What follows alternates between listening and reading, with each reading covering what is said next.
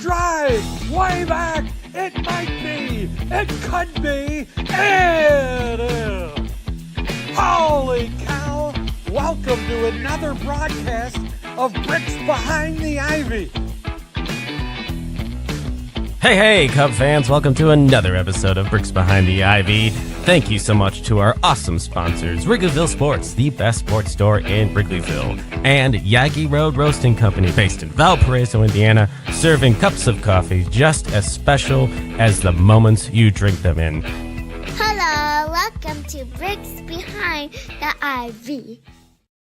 Hey, Cub fans, welcome to Bricks Behind the Ivy. I am your hostess, the mostest, Jeff CandidCubs Vergauskas, bringing you all the best Cubs coverage in the entire world. If you haven't hit that subscribe button, make sure you're hitting that subscribe button.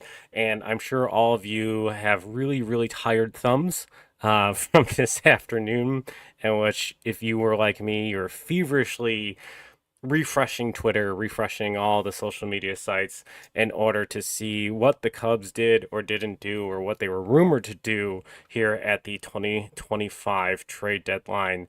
Let's get some housekeeping out of the way. There will be a live Bleacher Bunch show this evening with Danny Rocket and gang, also going over the trade deadline, and they will be talking their reactions in a much larger group. But given my schedule, I did want to react to the trade deadline and put an episode out there about the trade deadline, and this is the time that I have. It's all fresh in my mind, and so this is what I've decided to do. And at this point, it's tough to sit here and be excited about what we saw, about what we were seeing in the trade deadline, what we saw as the return that the Cubs got, the players that they attacked.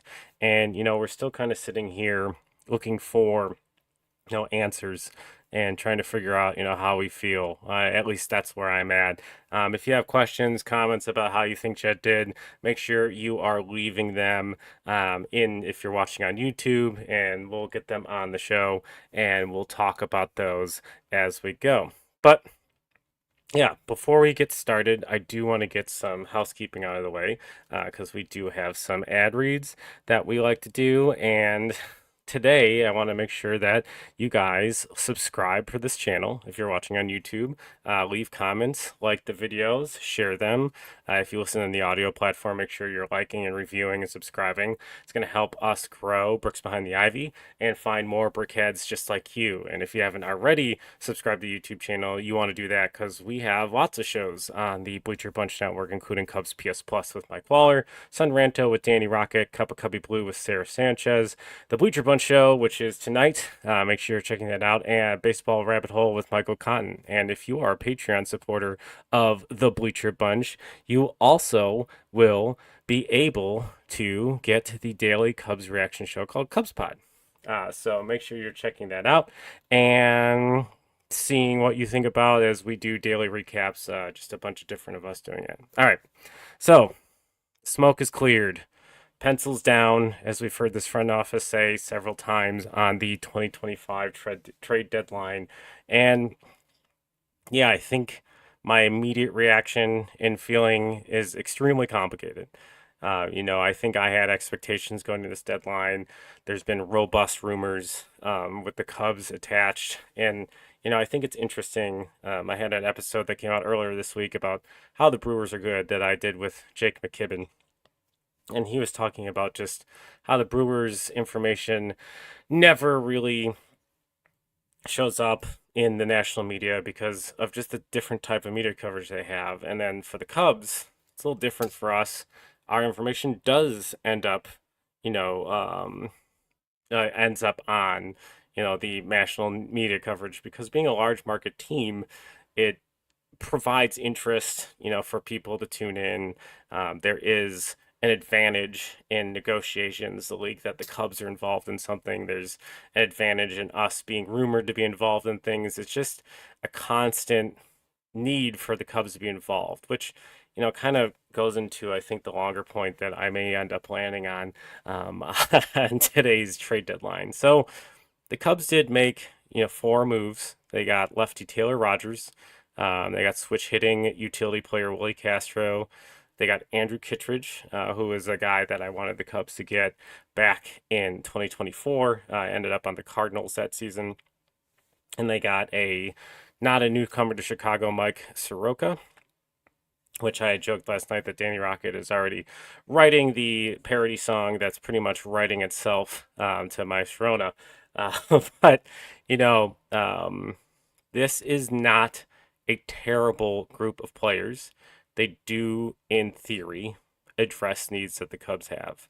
And we'll kind of take a look at them one by one and talk about how they address it. And then we'll talk the elephant in the room. And if you're just joining us, yeah, leave your comments in the chat, and we can talk about your questions, comments, reactions, frustrations with this group, these moves on the show, as this is a live show.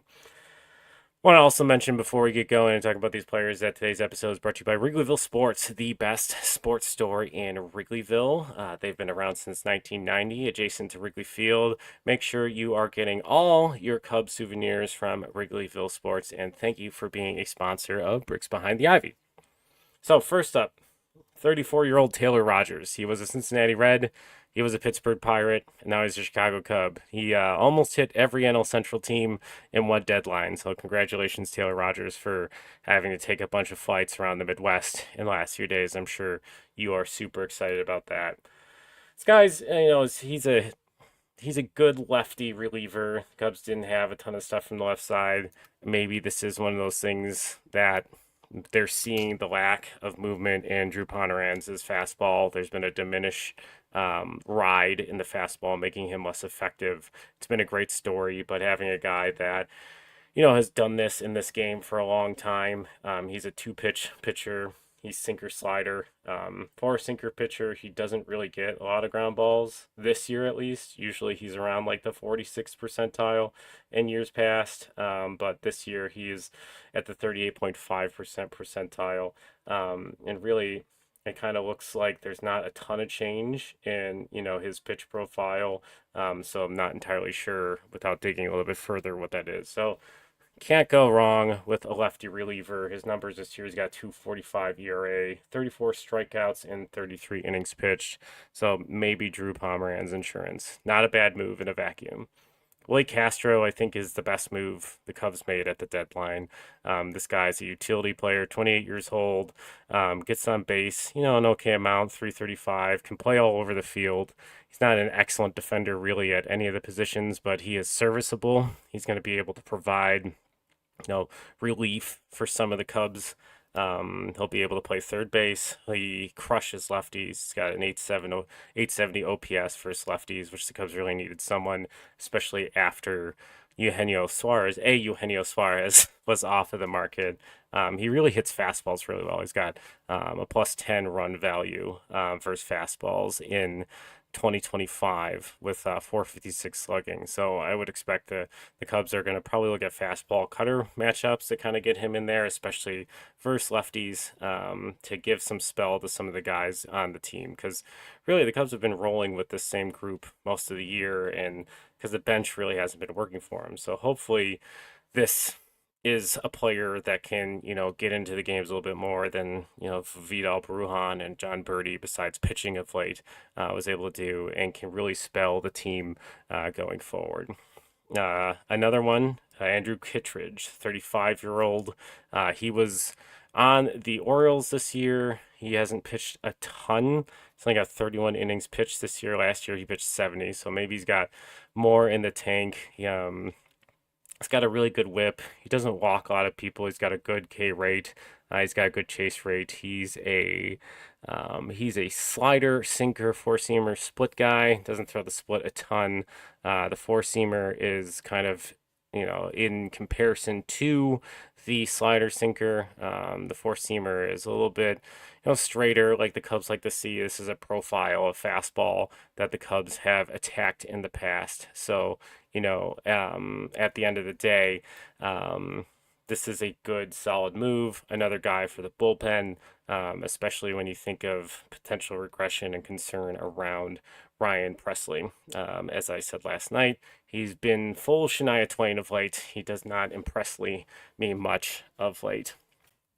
So the final piece the Cubs got, and this one is probably the most interesting, had the most controversy and theory around it, was Michael Soroka. He's been injured. He's still only 27. I feel like this is a guy that has been around the game for so long. He came up in 2018, believe it or not, and started at the age of 20. In 2019, he had an incredible season, 268 ERA, but his expected ERA was 408, so maybe a little bit better results than his actual metrics. Four-seamer, slurve guy. He pitched out of the pen a lot last year. This year, the Nationals signed him to be a starter. The discussion was about his fastball velocity had dropped. And Brendan Miller, if you're not following him, he's part of the Locked On, or not Locked On Cubs, I'm sorry, the CHGO Cubs Network with Corey Friedman. Very good analytical mind. One of my favorite people to follow on Twitter.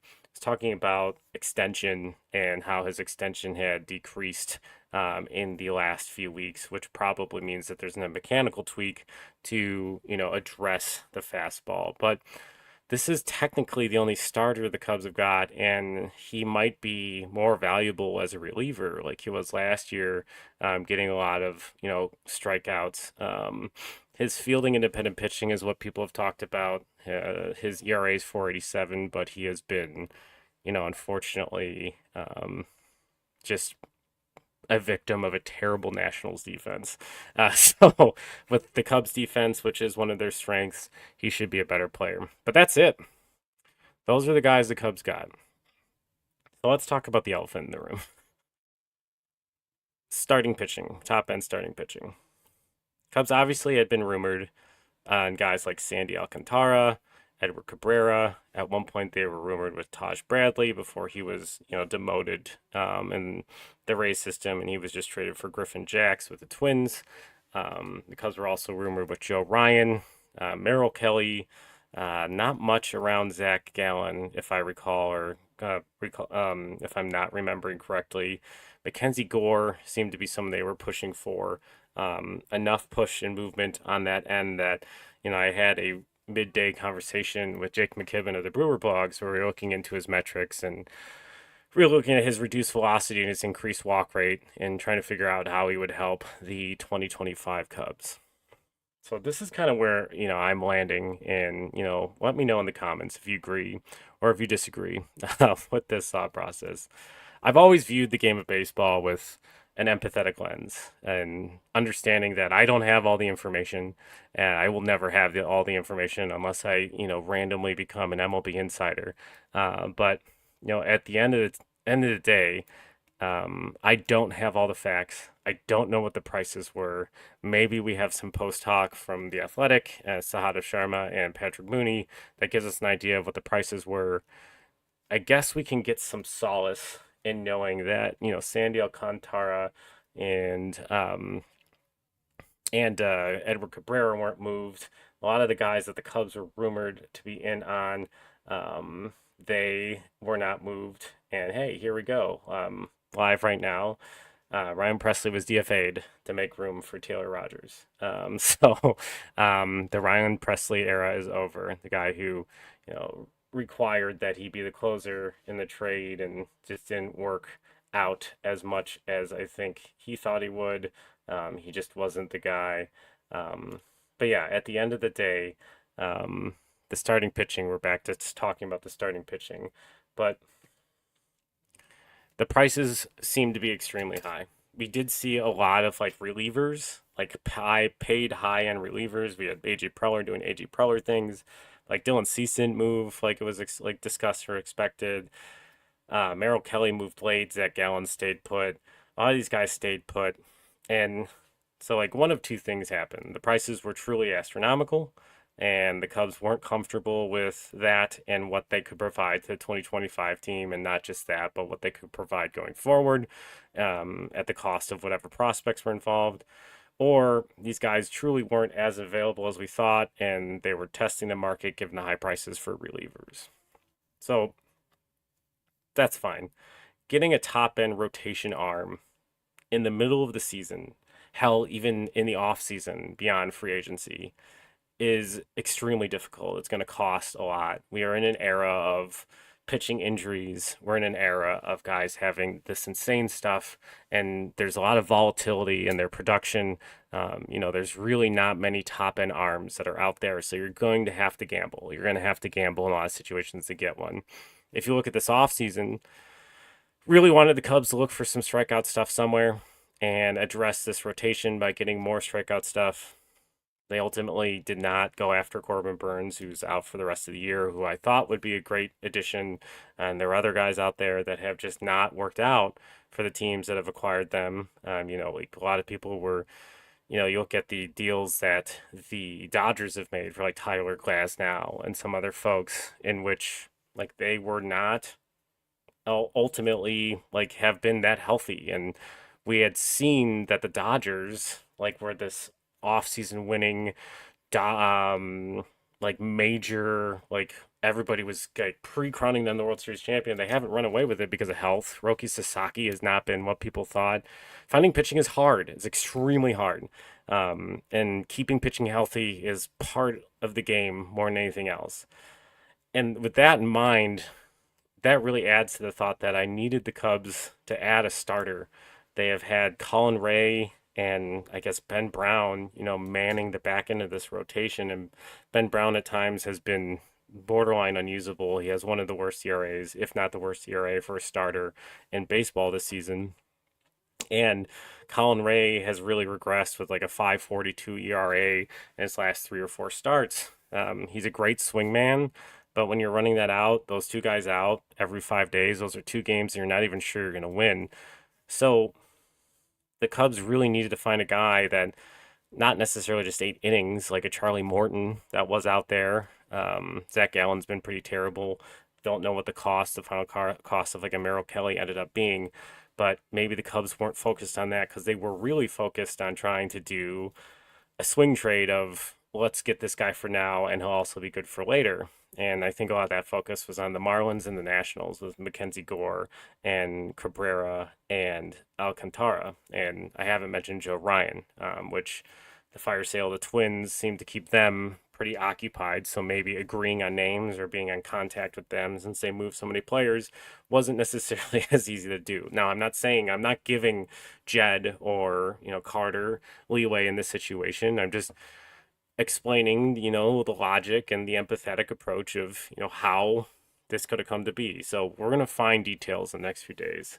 But it's hard for me to sit here and say we have 1 year of Kyle Tucker and the Cubs are a very good baseball team within a game or two of the best record in the National League, could be the 1 seed on the NL side of the tournament, and did not add enough to their team. They bolstered some holes, but they still don't have enough strikeouts in this rotation, which leaves, a lot up to chance for the BABIP gods. We still have mainly fly ball pitchers, which, if you're hitting a ball in the air, there's a likelihood that's going to be a better hit than the ball that's on the ground. The likelihood of a hit happening and a ball on the line drive or in the air is much higher than hitting a ball right into the dirt. So the Cubs did not address that. And there really just wasn't a robust market of actual sellers. And so then what's the Cubs strategy? If they don't get a starter, I thought maybe they'd go around and fortify the bullpen, but we saw how expensive relievers were. Duran went for some high-end prospects. We saw Mason Miller go for the 3rd best prospect now of baseball because A.J. Preller is crazy. But, in that deal, like that kid's 18, they're talking about the other top prospects have been traded in deals in the past. They name-dropped like Eloy Jimenez and a bunch of other players that didn't pan out. Like they just so you have to take a risk at some point. And I think we're still in a moment where the Cubs appear to be like threading the needle. They want to have the sustainable winner, and they also want to have a team that competes. And they're still, I don't know, gun shy is the word I'll use from post 2016 when they went all in and got Aroldis Chapman and then didn't address the team the way they should in the offseason because of whatever financial constraints that existed, for whatever reason they existed. And now they want to be able to have their cake and eat it too. And so now this middle ground behavior is potentially hurt the remainder of the season. By not getting a starter, we're sitting on career highs or recent career highs of Matthew Boyd going in the back end of the season. So like an overreactionist would say that his lack of control in his last start was the beginning of him tiring. I just think it was a bad start. Good pitchers have bad starts. He had been so good, but you could see that. Cade Horton is pitching more than he's ever pitched. The Cubs don't have inning limits as they've discussed in their pitching philosophy now. They're letting the body and the reaction, all the things that they check as, as a thing that they feel could, long term address, like if there's like exhaustion or loss in velocity and those things before they actually have inning limits. But when Cade Horton's, at a career high every week as well, then that's a concern. So those are two guys, and then you're looking at the top in your rotation that's already missing Justin Steele and Shodi Minaga, as some folks have discussed. Like, you never want a pitcher to get hurt, but the fact that it was a lower body injury, his arm is pretty fresh, and maybe he'll get sharper and sharper. We're starting to see the K rate drop or come back up closer to last year's levels instead of the weirdly low K rate he had early in the year.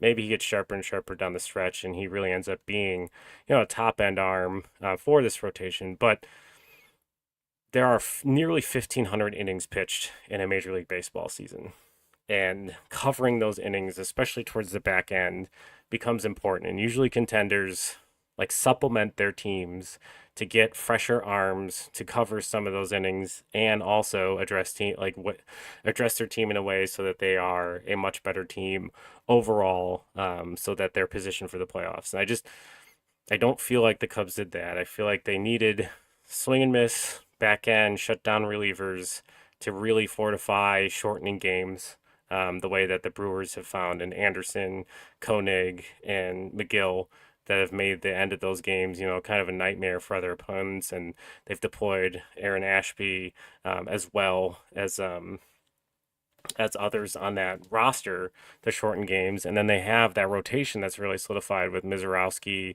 Peralta, and Woodruff coming back. And that's not to discount how good Quinn Priester has been for them and Jose Quintana.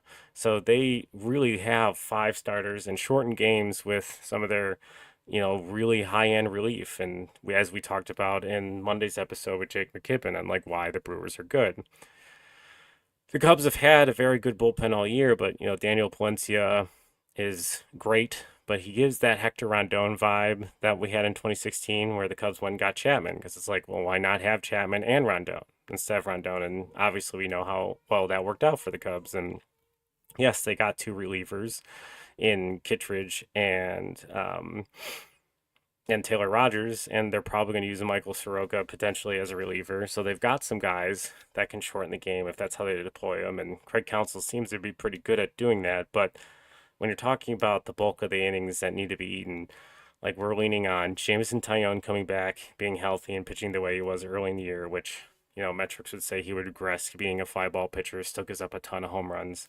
Javier Assad being a key part of this. We still have Bird Cell and a bunch of others, Cam Sanders, that are part of this Cubs organization. But, you got to make some moves on the 40-man and stuff to get those guys involved, because a lot of the Cubs prospects, and an issue we're seeing with Miguel Amaya and potentially carrying an extra catcher, is like Miguel Amaya can't be optioned to AAA. So once he's healthy, he's got to come to the Major League club. So what do we do with Reese McGuire, who's been a great part of the Cubs organization? So it can leave you feeling like the Cubs are being outplayed. And I'm sure a lot of folks are reacting, seeing Jed get that extension and then seeing this trade deadline, as frustrated. Ultimately, I would have loved to have had some transparency or clarity on what we were going to get from, Kyle Tucker. Like, is he going to be extended? But I think that was always an unreasonable outcome, because Kyle Tucker is going into a free agency year in which he is the top bat. He's going to command a lot of money. It's this not a similar situation, but it's the reason like the market drove up Dansby Swanson's contract. A lot of people talk about how that's a bad contract, but like in the vacuum of having to go acquire something, it's always going to be potentially more expensive, when there's not enough supply and the demand is there, and there were a bunch of shortstops there. And to me, Dansby Swanson has worked out. He's exactly what I wanted him to be. About a 725 OPS, 20 to 25 home runs, elite defense at shortstop. Like, that contract has worked really well for me.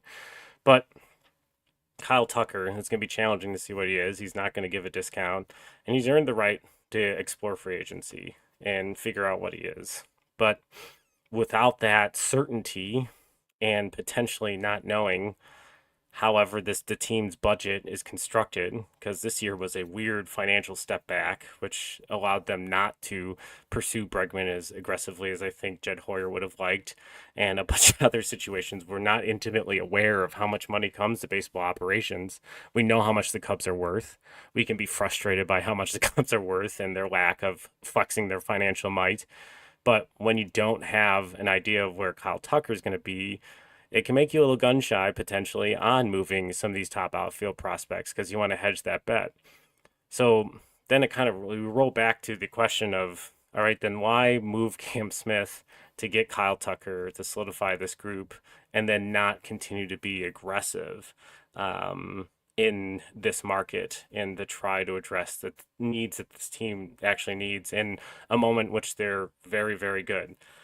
I don't know the answer to that, and I'm not sure we'll ever really have the privy of knowing the answer to that. But I'm interested to hear what Jed and Carter have to say about this deadline. I'm interested in the post, moratorium of how this looks as an organization, how they feel the trade deadline went. And, I'm going to continue to watch this team and hope that the pitching holds up, even though I'm concerned it won't, and that they can make a run. They don't need 5 starters in the playoffs. They need, 2 to 3 that are really good and a bullpen that shortens games. And, you look at that Braves team that won a World Series and kind of like patch-wise putting those things together towards the end of the game. Maybe now the Cubs move Ben Brown into a swing role in which he's only throwing max effort for 2 innings. Like maybe there's other things. Now that the Cubs are past the trade deadline, they can use some of these guys at AAA, knowing that they're not going to be traded this year, who are on the 40-man to supplement the roster. They have insurance for injuries on the squad that they have. So it's going to be an interesting remainder of the year. Yeah, I wish they would have addressed starting pitching. I wish they would have gotten a Charlie Morton, someone to be a 4 or a 5 to really make me feel comfortable about innings that are getting covered, every 3rd to 4th day when it's not Imanaga or Boyd, or we don't have to have all our eggs in the Imanaga and Boyd basket or figure out how much left is in the tank for Cade Horton this year.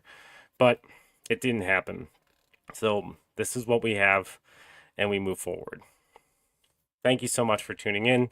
And I want to answer this question by Rogue Wave Creative. He's been super supportive of my show on YouTube. Thank you, Rogue Wave, for having a question on here. Is it fair to view that Assad and Tyone coming back and having good players beyond 25 is good long term? Yeah, I think that does look good long term. I think the Cubs are trying really hard not to do what they did last time and mortgage the future for the present. And they seem, until they are churning out prospects at a rate and gotten the trust of being able to manage injuries and things and having a farm system that constantly seems to invigorate or supplement the roster without having to go to the free agency or whatever other GMs are looking for, whatever the Cubs are looking for from themselves, until they have a really, really proven development machine, which I think that they've been doing better, then I think this is what we're going to see. But then if you're going to hang on to prospects, then I would like you to use your financial might to really push this team in a different direction. So, we got another question. So we got one more before we go. Thanks for the questions. If you do have questions, I'm happy to react to them. This will be available to download tomorrow. We got Brandon Olderbeck. Brandon, thanks for hopping on. If you haven't subscribed, make sure you subscribe. Really appreciate you watching the live stream. Is there maybe a chance, because of how the trade deadline went, that they're going to put all their baskets and potentially trying to sign Tucker before he becomes a free agent? Yeah, I think that's going to be really challenging. Kyle Tucker has earned the right to be a free agent. I'm sure that they possibly have discussed it with him. like it would be interesting to find out that they have been negotiating that and how people would feel if they, a surprise extension was announced soon or sooner rather than later. And, but he's going to command a lot in this market. It's a very thin offensive class. What he brings to the table, every team's going to want. There's been his hometown is Tampa, and there's been a lot of rumors after the Rays get sold that they're going to be more aggressive and they're going to take a swing at him. And of course, like the ever money printing Dodgers, I'm sure will be involved as well. There will not be a hometown discount for the Cubs. It'll be interesting to see how many years and the AAV. And honestly, I know people talk about he's not worth this, he's not worth that. I saw the Catman, David Kaplan, talking about this recently. He solidifies and raises up the entire offense by his approach, by his demeanor, by his craft. So this is a guy you want on your team, and you're the Chicago Cubs. The cost shouldn't be restrictive. It shouldn't stop you from being involved in other conversations because you have a player that takes X amount of money. And I also don't want to hear like, well, then that's so much of your budget. Yes, apparently the Cubs are operating on a budget, but at the end of the day, when you're charging $18 for hot dogs and you're charging, $20 for a beer and you're selling hundreds and hundreds of those, and, it's really going to be hard for me to sit here and say, like that money could be distributed elsewhere. They could really lean in and feel comfortable for one of the ballparks that, regardless of the type of team, look at the demand of tickets when they're winning. There's no revenue sharing. More Cubs stuff is sold. I'm sure they're going to sell a ton of stuff they're going to make money on for Rhino, which rightfully so. Rhino is a hero of a lot of Cubs fans and stuff, but Cubs print money, so use it and go get a player that solidifies this lineup. All right, so that's all I have. That's my reaction on the trade deadline. What do you think? Let me know in the comments. If you're watching on YouTube, come to the YouTube page, leave some comments. Find me on Twitter. I'm at CandidCubs, and leave comments that you have on the trade deadline. We've got a lot of Cubs baseball left. Cubs are only a game back of first place. They'll have the supplemented roster, this new roster that they'll be running with for the remainder of this year. So let's see how they challenge the Brewers. They've got a 5-game set coming here soon because of rain delays and other things involved. So they will be challenged. We will see how they do. Thank you so much for watching Bricks Behind the Ivy. And if I haven't said, 22,000 times at this point, make sure you're liking, subscribing. If you're listening to the audio podcast, make sure you're subscribing there and leaving a review, a 5-star review, so we can find more Brickheads. And hopefully some new and exciting partnerships and affiliate programs and announcements coming very, very soon. Working on some stuff. You guys will hear about it as soon as I have something to share. Until next time, go Cubs.